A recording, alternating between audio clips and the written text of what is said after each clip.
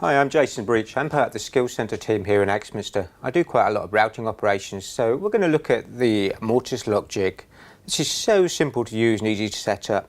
Your general mortice lock fitting is very time consuming, difficult to do. This is going to speed it up. And like I said, so simple to set up. So come and have a look. So the standard part of the jig is the main body. It's nicely constructed. Got aluminium brackets underneath that are going to grip on the side of the door. The top bit you're going to run on, nice scale down through the edge. Everything's nicely adjustable, nicely made. So how does this all go together? That's the main bit. You then also get your templates. You get the ones for actually doing the face of the lock, the front bit you're going to see. You get the ones for doing the body of the lock. So there's two different types. It's quite important you understand that there's two different areas. So first thing you need to do when you get set it up, you obviously need a lock. So you need to measure the width of your body of your lock and match that to the size of the plate. So this is 22.5mm. Next size up could be an inch, 25.4. So we will want 25. Okay. This literally just drops on. You've got the little screws going to hold it. We can move that up and down. We lock it into place. Very important on this when you lock it in that it's secured. And also your set mark down this end is parallel. So you can understand how they lock in and out. Okay, we can change them over really quickly. That's going to be quite important. To position on the door, everything is adjustable. Again, it's tightened on the screws. There is also centre line either end. So that gets you parallel on the door. So we need to start really to set this up. So what else do you need when you start playing with this? You will need a 1/2 inch diameter long cutter. It's got to be a long reach cutter because you've got to do the length of the lock. So quite deep, can't do a 1/4 inch cutter. You will need a guide bush. This is 16mm. You will need something to hold it. So a good way of getting around this is the threaded guide bushes. That gives me my 16mm. Those things we can obviously load into the router. We can set the jig up as well. So to set the jig up, it'll probably be easier to do this on the door. So we'll get you over to the door. With our door, we need to set the height of where we want the centre of the lock. So we put a pencil line across. To help you, I'm going to just do a little line down here. That's our centre line of the lock. We now need to find the centre of the door, lengthwise. So I've got marking gauge, I've set this, I can do a dot, come around the other side, check we're about right. That looks good. Then from there, I can do scratch line down the middle. So we have our line. Again, use the pencil just to help you see a bit more. So our middle line. Why is that important? With the jig, when we bring this on, we open up the brackets all on the ends. We've said about on the jig there is a centre line either end. So there's one here, one there. So I need to centralise this, clamp it up. Move it along so I can do the same down the other end.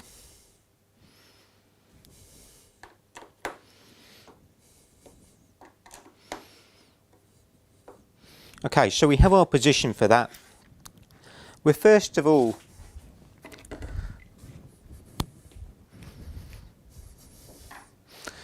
going to cut the lock plate, the visible bit.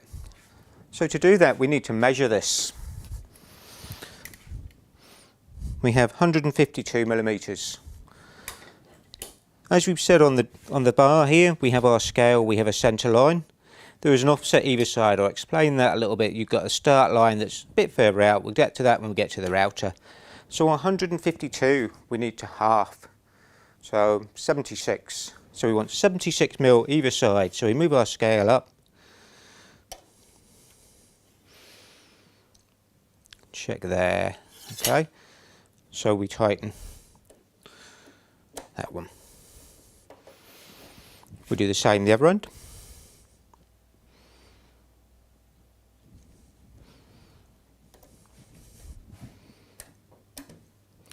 Just double check, that looks good.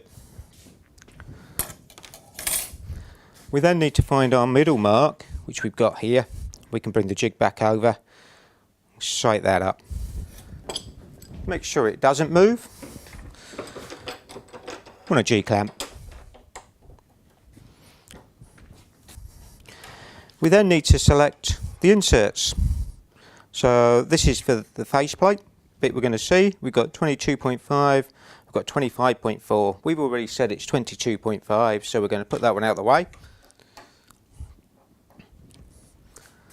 We then need the router set. So we've got our length set. Now with the cutter, we have 1/2 inch diameter, 16mm guide bush. We said about the centre line starting either side. You've got a centre line there, and your measurements are either side of that line. That's the offset between the 1/2 inch cutter and the 16mm guide bush. About 4mm. Okay, so you've got about 1.5mm either side. Well, our router, that guide bush is going to follow up to where we've done our stop block. So it'll follow the template up to the length we've set it for. Next thing we can do, set the cutter depth. So I push the cutter down onto the door. We've got our depth stop on the router. We can move it up and down. You can use that plate, help set that up. Nice and easy.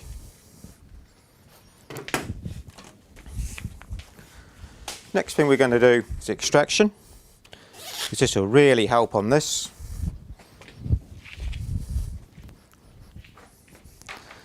Then the power. Last thing, the earmuffs.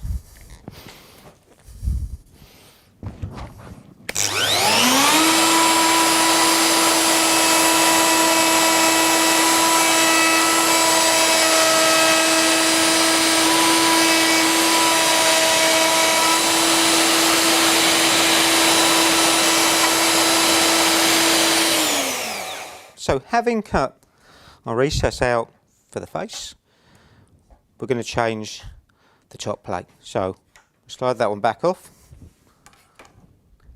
While we've got the access, we also want to remeasure the cylinder part of the lock, the bit that's going in. So we have 97mm. Again, you need to half it.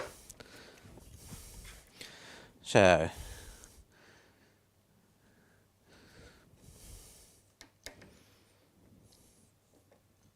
just checking my measurements. So we set that to match basically the width of our lock body. Remember, this is going to be a little bit over from here because you've got that distance off the side of the guide bush to the cutter. So if you do this, it's going to be sloppy, that's good. We then want the insert plate. 16mm matches width for the body. Goes in. Slide it up, lock it down on the screws. We need to reset the router now. We need a lot more depth. So chances are going to need to go as deep as I can almost go with the router fully. This is very similar to what we've just done.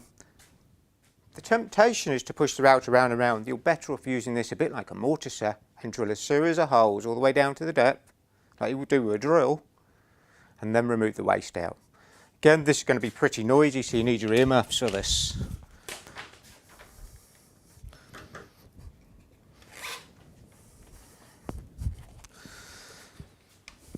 So back to our stop point on.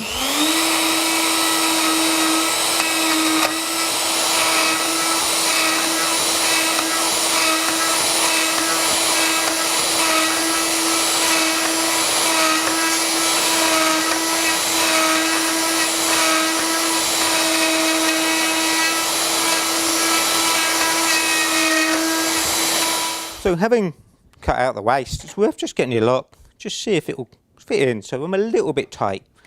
So just going to open this up a little bit.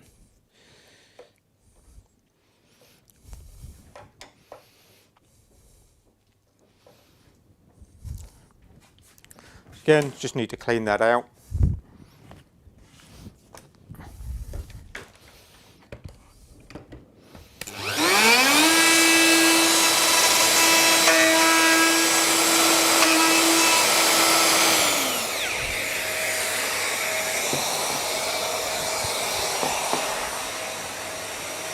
Again, we can double check.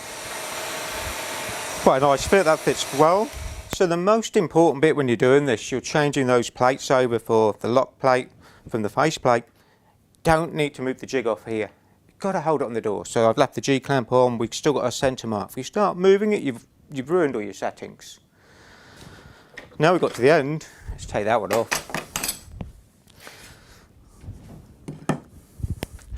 Last little bit really to do. Still got to be a little bit of handwork. Just literally chisel the corners square. So I haven't taken the jig back out of the way. We've tested the face of the look. That fits nicely. Test how flat it is. We've still got our centre mark. We've got our whip mark, so we can put things back if we need to. We can turn our lock over. That'll go in nicely all the way down through. Last thing you'd have to do be drill your hole. That's quite easy. So you can see how versatile and how quick that is just to set up, put it on there, cut your groove. Okay, one small issue that you might have when using things like this, obviously you get the thickness of the plate that is sat on the top of the door. You can only have the router cutter so far out of the bottom of the router when you start. Well, basically you're going to make contact with the door with the cutter in place. It'll hit the woodwork, spin the router. You've got to plunge it down in. So with the scenario of most door locks, with your depth, we want to get right down to here. But you've also got the thickness of the plate, not quite long enough to do in one pass. So you do need to get into the habit with this of get as far as you can when doing the mortise bit, drilling your holes. If you need to go deeper, I've held the cutter quite a long way up in the router before we start. That's going to give us more stability. We get as far as we can. A little bit more reach, undo your collet, feed the cutter out a little bit. That also gives you the aspect that you've already drilled your hole and removed most of the waste, so you've got more clearance. It means the cutter will drop into the hole you've just done. Not going to bind on the woodwork. Much safer to do. It means you can get right down to the bottom of your lock. So those little things are going to make a difference, but so quick and easy to use.